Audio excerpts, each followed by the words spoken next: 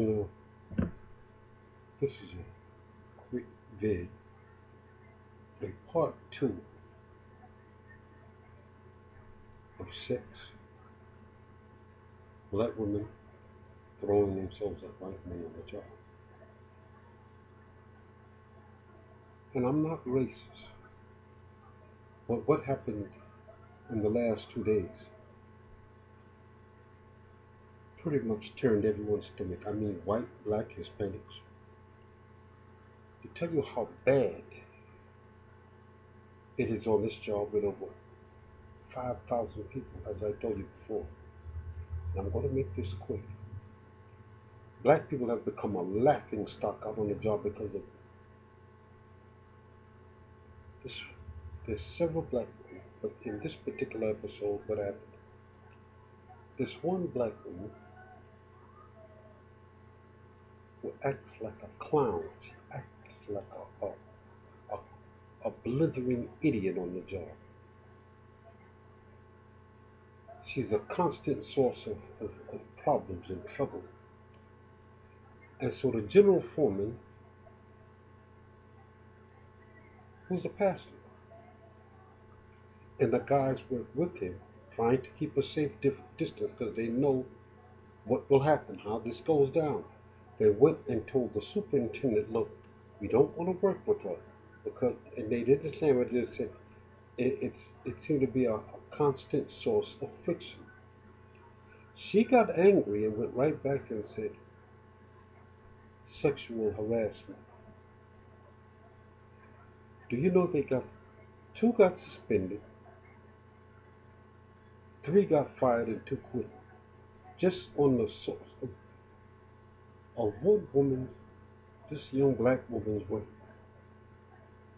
And it's gotten so hot, and it's not over with yet. So the general foreman, the foreman got up and told him, he said, you can check my character. Ask, you can act any, you can ask any woman back there or man, how do I carry myself? And this man has a 25-year-old gorgeous wife. And he's a hard-working gentleman. I can attest to that. But the way she attacked this man's character, this man would come to work, and that crew, I know, 6 and 7 days a week, sometimes 10 and 12 hours a day. Let me tell you something. What she did and what happened in the last 2 weeks or so,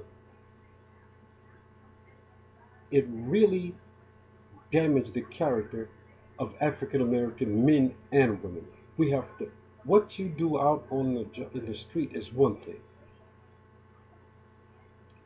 Don't make yourself and the rest of us look like blithering idiots or buffoons or perverts or troublemakers on these people's job. Enough of this has happened. Let me tell you something. We have become a complete laughing stock.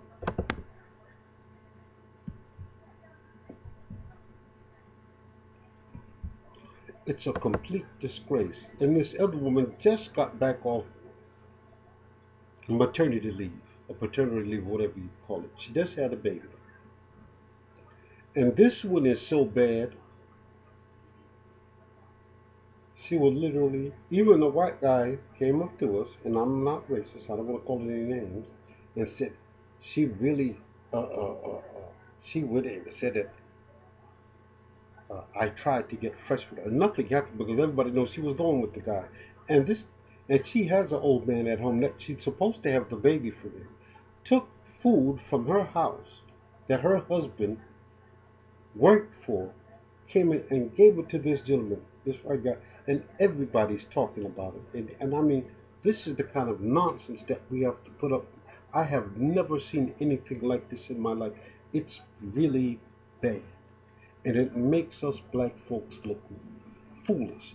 Like David Carroll said, it makes us look like shines. I'm going to tell you something. We need God like never before. We are, the black race, we are in a terrible place. Do you understand me? If we don't unite, especially under this president, leadership up here in Washington, we are going to be a permanent underclass in America. We don't own any businesses. Even the few that we do own, we spend our money with races of people that are not even American, that have had slaves even before the Europeans did. Yeah, do you understand what I mean? And it's nonsensical, and it's stupid, and it's embarrassing. That's why I say we need God now. We have to conduct ourselves like decent men and women. You can't go, you shouldn't go out there making that. That's a place of employment, a government installation. I don't even know how half of you got the job out there anyway. It's amazing. Not that I'm better than anybody else, but you're a constant source of strife. This is why even the people that would join in the struggle for black America are embarrassed at the way black people handle themselves out there on the job. It is an embarrassment. I've never seen it this bad before.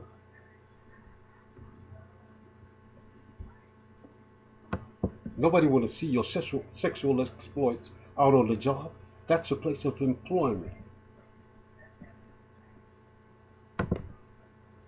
People make their living there to take home to their families. I mean, it's really embarrassing when you're constantly, everywhere you go out there, you're constantly hearing, wow, those black women are really throwing themselves at those white guys. And this is, if I mention this place, you're going to know what I'm talking about. Because it's in all the news media lately. Because of one specific reason. And that's not it. But we'll get to that later. Let me tell you what we should do. We should build up our communities. Teach our children how to be entrepreneurs, not how to go and work for other people. Because if we went from communities to neighborhoods to hoods, do you know that there are only about 12 million black men left in America? Do you know that some of our neighborhoods, you have almost a 50% unemployment rate among black men? Do you know that? Do you know that 75, not 72, 75% of all black children are born in a single parent household? And the latest just came out about marriage. About 70% of all black marriages in divorce, and nobody even cares. Do you understand? You can't survive like this. That's not God's will. We need to ask God to come into our life, bless us with direction, and move forward. Because if we don't, we're going to cease to exist or be a permanent underclass. 360 years of slavery, and 100 years of Jim Crow. That's 460 years.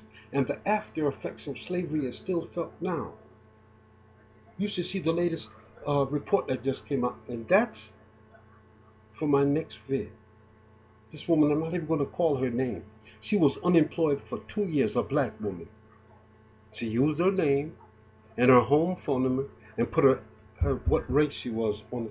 She didn't get any calls for 2 years. She suddenly had an idea. And where it says race, she just put down she didn't want to comply what she was. Still no calls. Then she changed her name, still the same background, and put down that she was white. She had 9 phone calls in 1 day. 1 day. Do you understand the point that I'm trying to make to you? We need God. Now we need help. Now. This is embarrassing. And the generation from the mid-70s up, believing they're talking about gangster, we don't want to hear anything about some kind of gangster. Most people don't even know what a real gangster is. Just because somebody sells nickels and dimes of crack does not mean that you are a gangster. Committing crimes that don't even have a lawyer to pay for the nickel and dime crime that you committed. That's not a gangster. That's an embarrassment. Let's conduct ourselves like men and women should. I had many of my relatives were in World War II, Korea, Vietnam, Desert Storm. I had an uncle who was December 7th, 1941, Pearl Harbor vet. I had uncles who had big farms. My family had their own businesses in the 50s and 60s. You know what ruined it? Integration. We integrated into nothing. Integration means that we took our hard-earned money and integrated and spent it with other people because we didn't get anything out of it. It was a disaster. That's why Dr. King, the last 2 years of his life, well, I'll put it to you this way. Dr. King told Mr. Harry Belafonte, the superstar, I fear that I have destroyed my people by integrating them into a burning house. Now Google that and look that up. This is not about, I don't hate any specific race. I don't hate anybody. I'm not a race hater or a race baiter. Just is saying that we should act like men and women. And when you act like who you are supposed to act like, you can demand respect. I don't care where you are. God bless folks. And pray.